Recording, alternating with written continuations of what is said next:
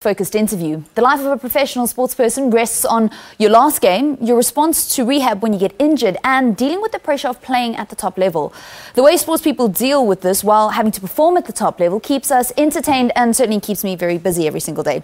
Someone whose ups and downs have been seen by the public is former Bafana Bafana international and Olympian Delron Buckley, who spent 17 years playing in Europe.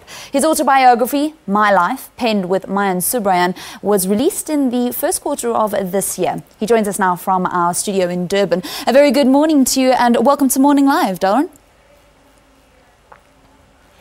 Good morning. Firstly, tell us what the reception has been like and why you decided to write this book.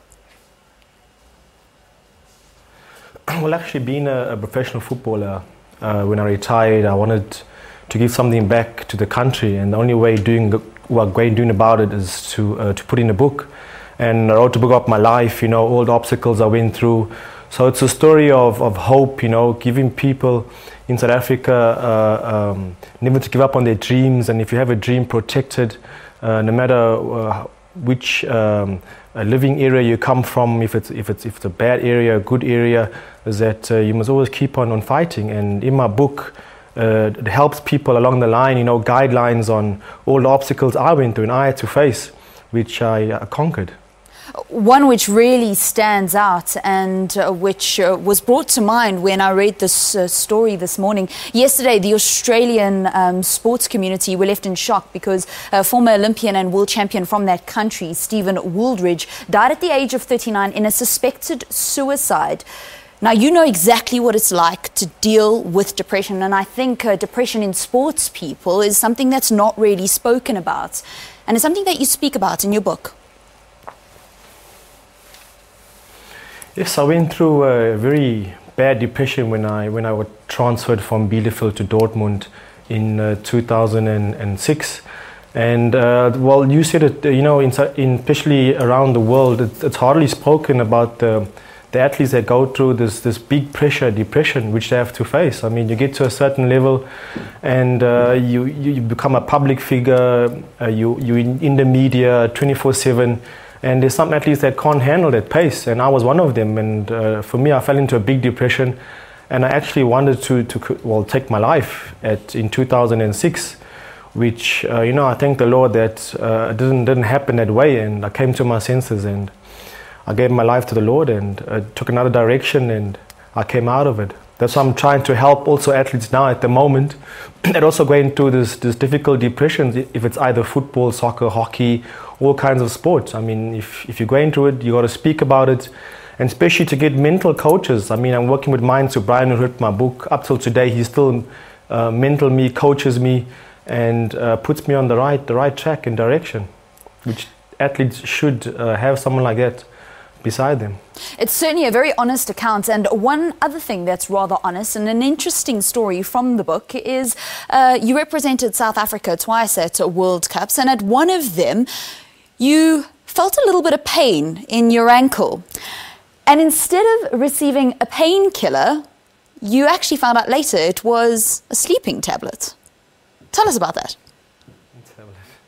Yeah, with my book, I try to be honest as possible on all the options and obstacles I went through, and that was one of which is quite funny now. I mean, I can sit here and laugh about it, but at the 98 World Cup in France is when 3 days before the game we played against Denmark, I twisted my ankle at training, and I was taking strain on my ankle, and I asked the doctor to give me a painkiller, which he did, but he said to me, take it about an hour before the game starts. And when I did, I was sitting on the bench, and I was very tired and falling off to sleep, and all the players on the bench were looking at me like, Bucks, what's happening? You're nodding, and then thank the coach that I came on halftime, and so then I had to play. So I came into motion, and then all the sleepiness went away. But when I got back to the hotel, I wanted to know what tablets did the doctor give me. So I took the sachet from the tablets, and I phoned my team doctor in Germany, and I asked him, Dr. Schubert, can you please tell me what tablet it is? And then he explained to me, he said, Bucks, it's a sleeping tablet. You know, we get stories out of the national camp which raise eyebrows, and one wonders if things have changed within the national footballing structure. What's your take on currently what's happening within Bafana Bafana, and what can be done to kind of make the experience of playing for the country better for the players and also for the fans to get the best out of the players? Well, I think SAFA is on the right track, getting Stuart back into the national team. He's a very highly qualified coach. He knows the mentality of European and South African football. And as you saw the last game they played against Nigeria, they played very, very well. He had a good mixture of overseas players and South African-based players, which worked out perfectly. I just want to ask him one question. I'll always say it often and often, is that if your foundation with SAFA is not stabilized, then it's never going to be successful. That's why I always implement the German mentality. I mean, the DFB, the German Football Association, are very a structured organization that they believe in, first of all, in development players. That's what you saw now at the Confederations Cup. They had players that were 17 years old and 18 years old. They were doing the business on the highest level. And if you compare a 17-year-old to a 17 European player to a 17-year-old South African player, is like chalk and cheese, and that shouldn't be happen. You should have good quality coaches, developing players, that when they get to that level with the age of 17 or 18, that it doesn't become an issue for them, that they just blend in and be one of the experienced players that play in the national team.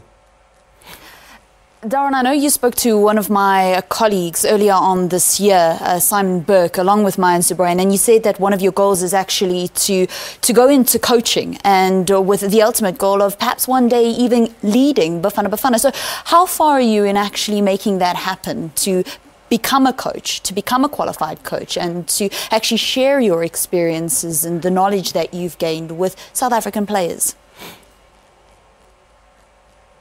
Well, I am a coach at the moment. I have a UEFA B license. I'll be doing my UEFA A license now in October in Germany, which is 1.5 months. And the experience that I'm getting at Amazulu is top. I mean, I'm learning a lot. And I just opened a soccer school now about 3 weeks ago, because what I've seen and what I've noticed is that the young talented development players here in South Africa are either overtrained or undertrained and never trained the proper way. How to keep things simple, how to when you receive a ball, less touches, to play with the right time, to think for themselves. That's why I came to the conclusion now to say, let me open my own soccer school so I can teach these kids the right way, the European way, the German way, how to play the right game of soccer. All right, well, we wish you all the best of luck. And Amazulu are now applying their trade in the ABSA Premiership, which is going to get underway with the PSL fixtures this coming weekend. Thank you very much for your time, Delron, and thank you very much for chatting to us here on Morning Live. We wish you all the best of luck with the autobiography and with your future. Thank you very much. All right, that's how we come to the end of your